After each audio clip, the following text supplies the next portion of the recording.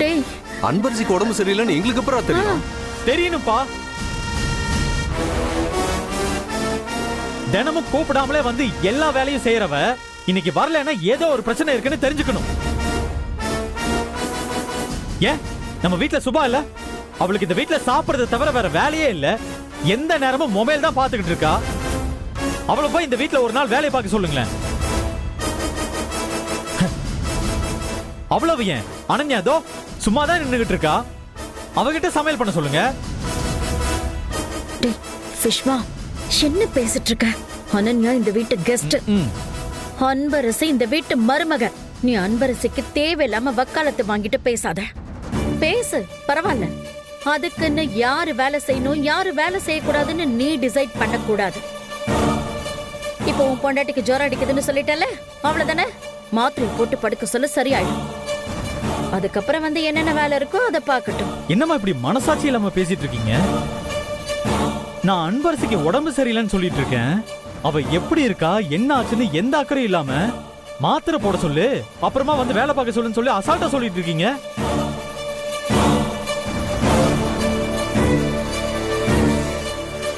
உங்களுக்கு அவ ஹெல்த்தை விட இந்த வீட்ல இருக்கிற வேலை தான் முக்கியமா போச்சுல? அப்படின்னா இன்னைக்கு ஒரு நாள் அந்த வேலையெல்லாம் நீங்களே பாருங்க, ஒண்ணும் தப்பு இல்ல.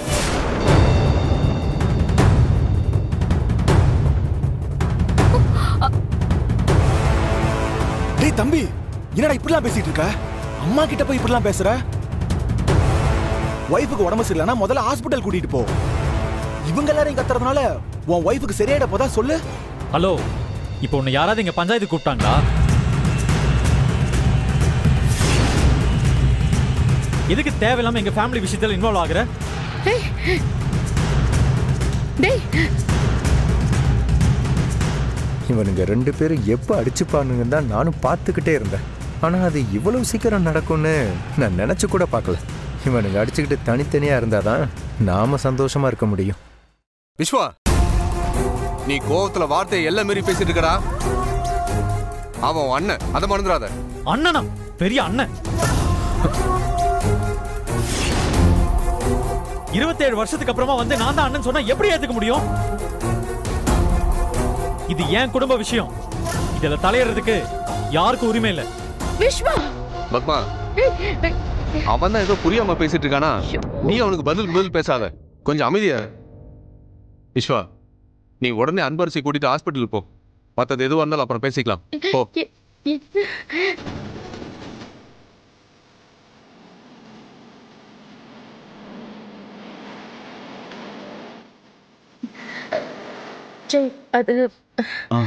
அது வந்து அவன்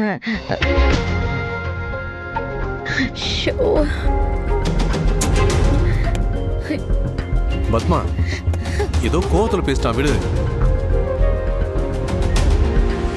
பத்மா, பத்மா, நீ ஃபீல் பண்ணாத பத்மா, விடு பத்மா. அவ ஏதோ தெரியாம கோவத்துல பேசிட்டாமா, விடு.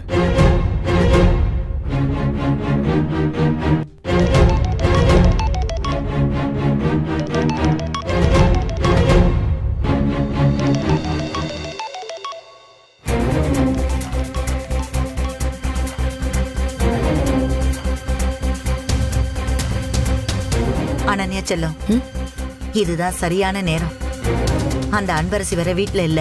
அதுவும் இல்லாம விஸ்வா பேசின பேச்சுல பத்மா இந்நேரத்துக்கு அவ மேல செம்ம கோவத்துல இருப்பா. இங்க பாரு, இந்த சந்தர்ப்பத்தை பயன்படுத்தி நீ போய் அவளுக்கு ஆறுதல் சொன்னேன்னு வச்சுக்கோயேன், பத்மாவுக்கு உன் மேல பாசமும் அவ மேல வெறுப்பும் வரும். சரியா? இங்க பாரு, விட்டுறாத, போய் ஹெவியா பர்ஃபார்மன்ஸ் பண்ணு. ஆமா பாட்டி, சும்மா பேசினா மட்டும் பத்தாது, அவங்களை இம்ப்ரெஸ் பண்ற மாதிரி ஏதாவது பண்ணணும் பாட்டி. இங்க பாரு, அன்பரசி மேல பத்மாவுக்கு இருக்கிற கோவம் இந்த வீட்ல அவ வேலை செய்யலங்கிறது தான். பேசாம அந்த வேலையெல்லாம் நீ பாரு. புரியல பாட்டி. இங்க பாரு, நீ இந்த வீட்டு மருமக இல்லைன்னு தானே பத்மா சொன்னா. மருமகளா இருந்தா நீ என்ன பண்ணுவியோ அதையே நீ பண்ணி நானும் உன் மருமக தான்னு அவளுக்கு காட்டு. பாட்டி, நீங்க சொல்றத கேட்கும்போது நல்லாதான் இருக்கு பாட்டி. ஆனா என்னால அதெல்லாம் பண்ண முடியுமா? தங்கம், நடக்கிறது குடும்ப சண்டை இல்ல, யுத்தம். இதுல நீ ஜெயிக்கணும்னா கடுமையா உழைக்கணும். தைரியமா போய் பேசு, உன்னால கண்டிப்பா முடியும். அவ பக்கத்துல போய் ஏதாவது பேசு போ. சரி ஓகே பாட்டி. ம்.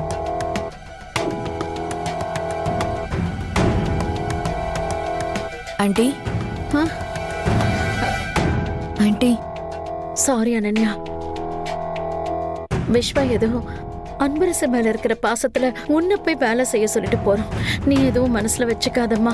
ஆண்டி அவர் சொன்னதுல எந்த தப்புமே கிடையாது. எனக்கும் இந்த வீட்ல எல்லா உரிமையும் இருக்கு. அன்பரசி செய்யலனா என்ன ஆண்டி? நான் எல்லா வேலையும் பாத்துக்கிறேன். ஐயோ, ஓகேவா? அதெல்லாம் ஒண்ணும் வேண்டாம் அனன்யா. கௌசல்யா இன்னும் கொஞ்ச நேரத்துல வந்துருவா. அவ எல்லாத்தையும் பாத்துக்குவா. ஆண்டி நானும் உங்களுக்கு மருமக தானே. அது இல்ல ஆண்டி, நான் உங்களை ஆண்டின்னு கூப்பிடுறேன்ல, அப்போ நான் உங்க மருமக முறை தானே. அப்படி சொன்னேன். அப்படி சொல்றியா? ஆமா ஆமா. ஆண்டி இந்த வீட்டு வேலை என்ன ராக்கெட் சயின்ஸா சொல்லுங்க? அந்த அன்பரசியால மட்டும்தான் இந்த வீட்டு வேலையை பார்க்க முடியுமா? ஏன் எனக்கு பார்க்க தெரியாதா? நான் பார்க்க மாட்டேனா? இன்னைக்கு எல்லா வேலையும் சொடக்கு போற நேரத்துல நான் பண்றேன் ஆண்டி. ஐயோ, நீங்க பார்த்து அசந்து தான் போக போறீங்க. ஐயோ வேணாம் ஆண்டி அனன்யா. நீங்க எதுவும் பேசாதீங்க, எல்லாம் நான் பாத்துக்கிறேன். சரியா? நீங்க உட்காருங்க.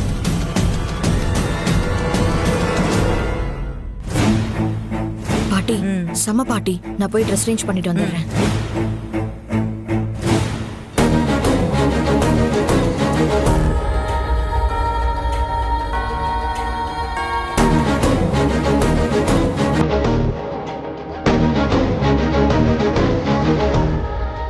என்ன தொடப்பத்தை காணோம்?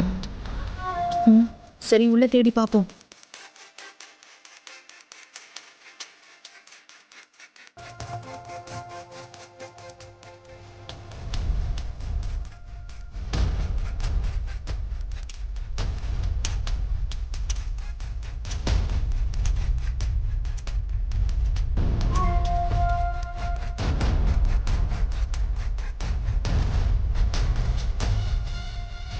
அழுக்கா இருக்கே, தண்ணி ஊத்தி கழுவணும் போல இருக்கே.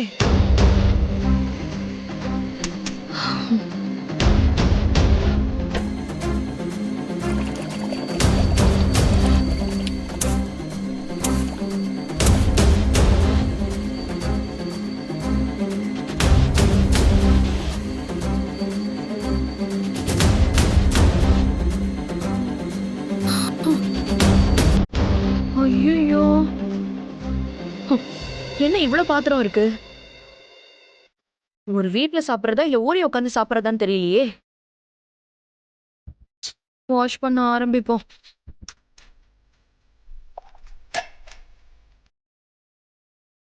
என்னது இது? அச்சச்சோ, யாரு வீட்டுக்கு இப்படி இவ்வளவு அசிங்கம் பண்ணி வச்சிருக்கிறது? கொஞ்சம் கூட அறிவே இல்ல. முட்டாளுங்க எப்படி வந்திருக்காங்க பாரு. யாரு திட்டுறாங்க?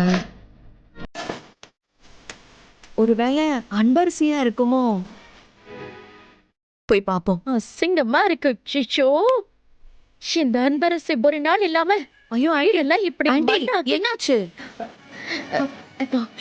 இதெல்லாம் யார் பண்ணான்னு தெரியல. ஐயோ ஆண்டி சாரி ஆண்டி, இத நான் தான் பண்ணேன். வாசல் நீ தெளிச்சு பண்ணியா? அப்படியே கவனிக்காம உள்ள வந்துட்டேன். தோ ஒரு நிமிஷம் ஆண்டி, இப்பவே க்ளீன் பண்ணிடுறேன். ஐயோ, சரி. ஆண்டி கொஞ்சம் தள்ளிக்கிறீங்களா? கொஞ்சம் அந்த பக்கம் போங்க.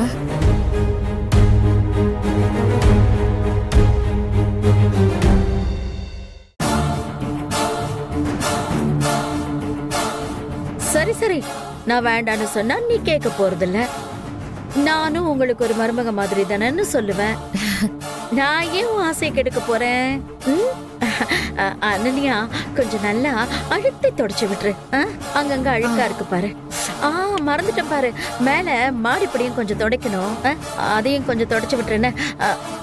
அப்புறம் இந்த ஷெல்ஃப் எல்லாம் கொஞ்சம் தூசியா இருக்கு, அந்த தூசியெல்லாம் கொஞ்சம் கிளீன் பண்ணி விட்டுரு. எனக்கு ரொம்ப டயர்டா இருக்குமா. எனக்கும் மாமாக்கும் நல்ல ஹாட்டா ஸ்ட்ராங்கா ஒரு காஃபி. சரியாம்மா? கொஞ்சம் பாரு, அங்கெல்லாம் அப்படியே அழுக்கா இருக்கு பாரு, அதெல்லாம் கொஞ்சம் கிளீன் பண்ணிடு. ஆமா, நல்லா கிளீன் பண்ணிடுன்னு. ஐயோ ஆண்டி, இப்போ இப்போ வேண்டாம் விட்டுடு அனன்யான்னு ஒரு வார்த்தை சொல்லியிருந்தா அப்படியே நான் எல்லாத்தையும் போட்டுட்டு உள்ள அக்கடான்னு போய் படுத்திருப்பேன் ஆண்டி. நீங்க என்னடானா கீழே மேல எல்லாம் மோப்ப போட்டுட்டு பத்தாததுக்கு செல்ஃபெல்லாம் வேற தொடக்க சொல்லிட்டு போறீங்க. இதுல காஃபி வேறயா? இப்பதான் தெரியுது பொண்ணுங்கெல்லாம் படிச்சுட்டு ஏன் ஆபீஸ் வேலைக்கு போறாங்கன்னு. வீட்டு வேலை செய்யறவங்க எல்லாம் தெய்வம் தான்.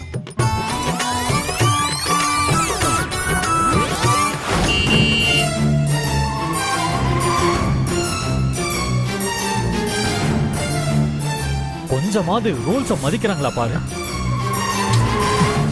எப்படி போறான்? ஏய் டேய் டேய் டேய் டேய் எங்கடா போற? யாரா ஏன் உசுர வாங்குறான்? சார் எதுக்கு சார் இவ்ளோ கோவம்?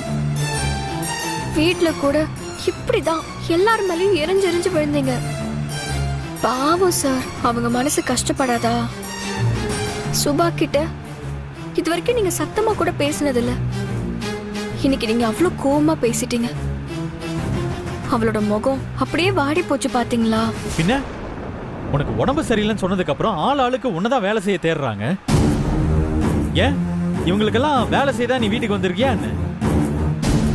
அதுவும் அந்த அனன்யாவுக்கு சப்போர்ட்டா அம்மா எப்படி பேசினாங்க நீயும் பார்த்தேல. இப்ப ஹாஸ்பிடல் வர மாதிரி ஆயிடுச்சு. இல்லனா அங்க ஒரு கலவரமே நடந்திருக்கும்.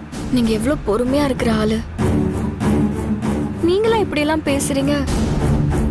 இங்க பாருங்க சார், யாராவது ஒருத்தர் விட்டு கொடுக்காம பேசிக்கிட்டே இருந்தா சண்டை முடிவுக்கே வராது.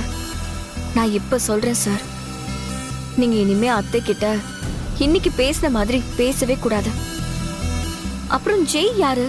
உங்க அண்ணன் தானே? நானும் அவர் வந்ததுல இருந்து பாத்துக்கிட்டே இருக்கேன். நீங்க அவர்கிட்ட சரியா முகம் கொடுத்து கூட பேச மாட்டேங்கிறீங்க. அவர் பாவம் 27 வருஷம் கழிச்சு அம்மா அப்பா தம்பி தங்கச்சின்னு உங்க எல்லாரையும் தேடி வந்திருக்காரு. அவரோட மனசு கஷ்டப்படுற மாதிரி பேசிட்டீங்களே சார். அது என்னமோ தெரியல அன்பரசி. உன்னை யாராவது ஏதாவது சொன்னா என்னால அதை தாங்க முடியல. அந்த கோவத்தில் தான் நான் நிதானம் இல்லாம பேசிட்டேன். சாரி. சாரி என்கிட்ட சொல்ல வேண்டாம். நீங்க யார்கிட்டலாம் எரிஞ்சு விழுந்தீங்களோ அவங்க கிட்ட கேளுங்க. ஓகே, கேட்டுட்டா போச்சு. நீ சொல்லி நான் எதை மறுத்திருக்கேன் சொல்லு. சரி, அதெல்லாம் இருக்கட்டும். உனக்கு ஆக்சுவலி என்ன ஆச்சு? ஏதோ ஒரு மாதிரி மூட் அவுட்ல இருக்கிற மாதிரி தெரியுது. காய்ச்சல் வந்ததுக்கே எனக்கு தெரிஞ்சு வேற ஏதோ காரணம் இருக்கு. என்னன்னு சொல்லு. அது ஒண்ணும் இல்ல சார். என் அன்பரசியை பத்தி எனக்கு தெரியாதா? நீ ஒன்னும் இல்லைன்னு சொல்லும் போதே அதுல ஏதோ இருக்குன்னு தெரியுது. இங்க பாரு, நீ எதையுமே மறைக்காம என்கிட்ட சொல்லு.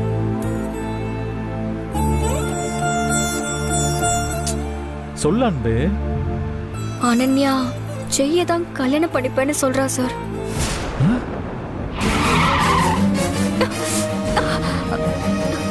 ஏய், என்ன அன்பரசி சொல்ற?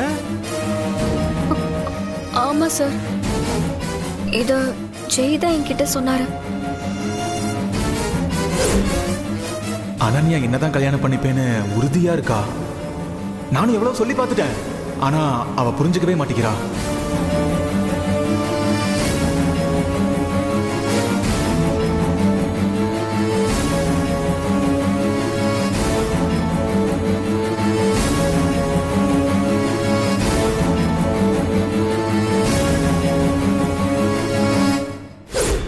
ஜெய் கிட்ட போய் இவ லவ் ப்ரப்போஸ் பண்ணிருக்கா சார்.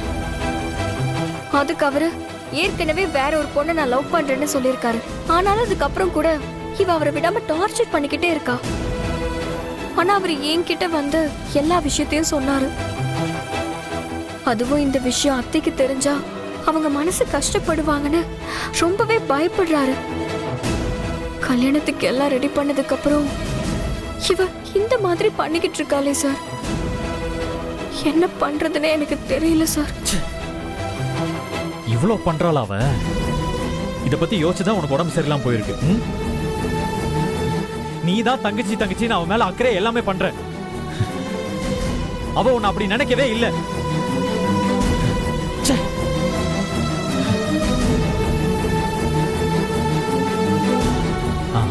அன்பரசி அதை விடு. நீ பாரு, அவ என்ன பிளான் பண்ணாலும் சரி இந்த கல்யாணம் கண்டிப்பா நடக்கும். முதல்ல ஹாஸ்பிடல் போயிட்டு உனக்கு ட்ரீட்மெண்ட் பண்ணிட்டு வந்து அதுக்கப்புறம் என்ன பண்றதுன்னு பாப்போம். ம்?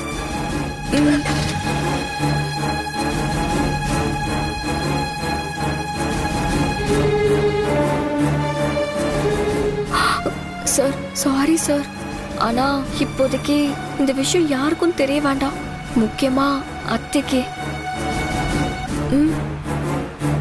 நான் எதுக்கு அன்பரசி சொல்ல போறேன்? நீ அதை பத்தியே நினைச்சிட்டு இருக்காம கொஞ்சம் ரிலாக்ஸ்டா இரு. ஓகே?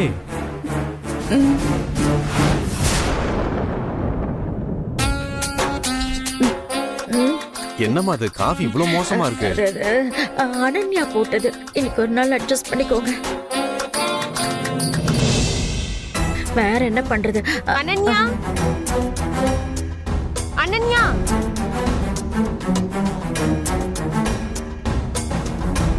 யார் பத்மா அது? யாருமா? அனன்யா, யார் நீ? நீ பாட்டுக்கு வந்து வீட்டுக்குள்ள அனன்யா அனன்யான்னு கூப்பிட்டு இருக்க. நீ யாரு? என்ன பத்மா, இன்னும் உனக்கு புரியல? அனன்யாவோட ஃப்ரெண்டா இருப்பாங்க. அவ கல்யாணத்துக்கு ஒரு வாரத்துக்கு முன்னாடியே வாங்கன்னு அனன்யா சொல்லிருப்பா போல, அதான் போய் வந்துட்டாங்க. அனன்யா ஃப்ரெண்டா நீ? அனன்யா வந்துட்டா பாரு. அனன்யா உன் ஃப்ரெண்டா? உன்னை தேடிதான் இங்க வந்திருக்கா. என்ன அனன்யா, நான் சொன்னது சரிதானே? ஹோ, நீ தான் அந்த அனன்யாவா?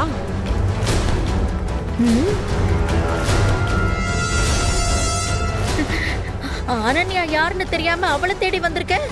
உனக்கு என்ன வேணும்? எதுக்கு இங்க வந்திருக்க? அனன்யாக்கு ஒரு மாப்பிள்ளை பார்த்து அவளுக்கு கல்யாணம் பண்ண போறீங்கல்ல, அவன் எப்படிப்பட்டவன், அவன் லட்சணம் என்னன்னு சொல்லிட்டு போக வந்திருக்கேன்.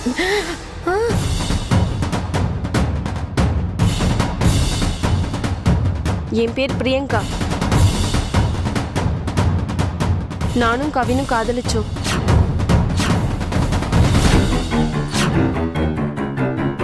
காதலிக்கும் போது என்னவெல்லாம் செய்யக்கூடாதோ அது அத்தனையும் செய்ய சொல்லி என்னை கட்டாயப்படுத்தினான். நானும் கல்யாணத்துல முடிய போற காதல் தான்னு எல்லாத்துக்கும் சம்மதிச்சேன். பெரிய போராட்டத்துக்கு அப்புறம் தான் அவன் எங்க காதல அவன் வீட்டுல சொன்னான். ஒரு வழியா 2 வீட்டு சம்மதத்தோட எங்க கல்யாணம் நடக்கிறதா தான் இருந்துச்சு. பத்திரிக்கைலாம் அடிச்சு ஊரெல்லாம் கூட்டினதுக்கு அப்புறமா திடீர்னு ஒரு நாள் கவின் என்ன நினைச்சானோ தெரியல, இந்த கல்யாணம் நடக்காது, என்ன மறந்துரு, உனக்கும் எனக்கும் செட் ஆகாதுன்னு சொன்னான். எங்க ஒண்ணுமே புரியல பத்மா. நான் அவன் கிட்ட என்ன கவின் சொல்ற, நீயும் நானும் புருஷன் பொண்டாட்டியா வாழ போறோங்கிற நம்பிக்கையில தானே நீ கேட்டப்பெல்லாம் தப்பா நடந்துக்க ஒத்துக்கிட்ட, இப்ப இப்படி சொல்றியேன்னு கேட்டு அழுத. ஆனா அவன் உன்ன மாதிரி பல பொண்ணுங்களை பார்த்திருக்கேன், பணத்தை வாங்கிட்டு வேற ஒருத்தரை பார்த்து கல்யாணம் பண்ணிக்கோன்னு சொல்லிட்டான். நான் எவ்வளவு தூரம் முயற்சி பண்ணியும் அவனும் சரி அவங்க அப்பா அம்மாவும் சரி எங்க கல்யாணத்துக்கு ஒத்துக்கல. இப்போ அனன்யாவோட கல்யாணம் ஃபிக்ஸ் பண்ணிருக்காங்கன்னு தெரிஞ்சதும் இவங்களும் என்ன மாதிரி ஏமாந்துட கூடாதுன்னு தான் உங்ககிட்ட சொல்ல வந்தேன். அவனுக்கும் அவன் குடும்பத்துக்கும் பணம் தான் எல்லாமே. இப்ப கூட அனன்யாவை அவங்க கல்யாணம் பண்ண ஒத்துக்கிட்டதுக்கு காரணமே நீங்க எல்லாரும் பெரிய பணக்காரங்க, கல்யாணத்துக்கு அப்புறம் எவ்வளவு பணம் கேட்டாலும் கொடுப்பீங்கிறதுக்காக தான்.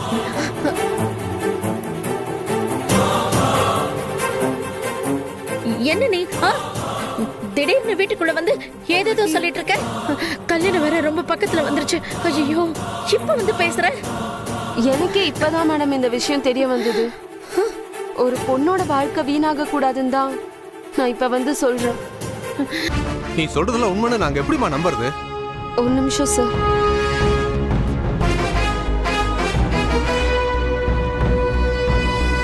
இது பாருங்க, இதுதான் எனக்கும் அவனுக்கும் நடக்கிற இந்த கல்யாணத்துக்கு அடிச்ச பத்திரிக்கை. பத்திரிக்கையா? ஐயோ,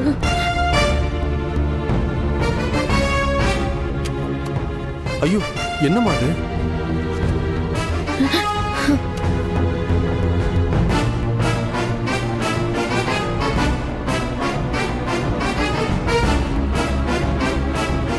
அதை காட்டுங்க பார்க்கலாம்.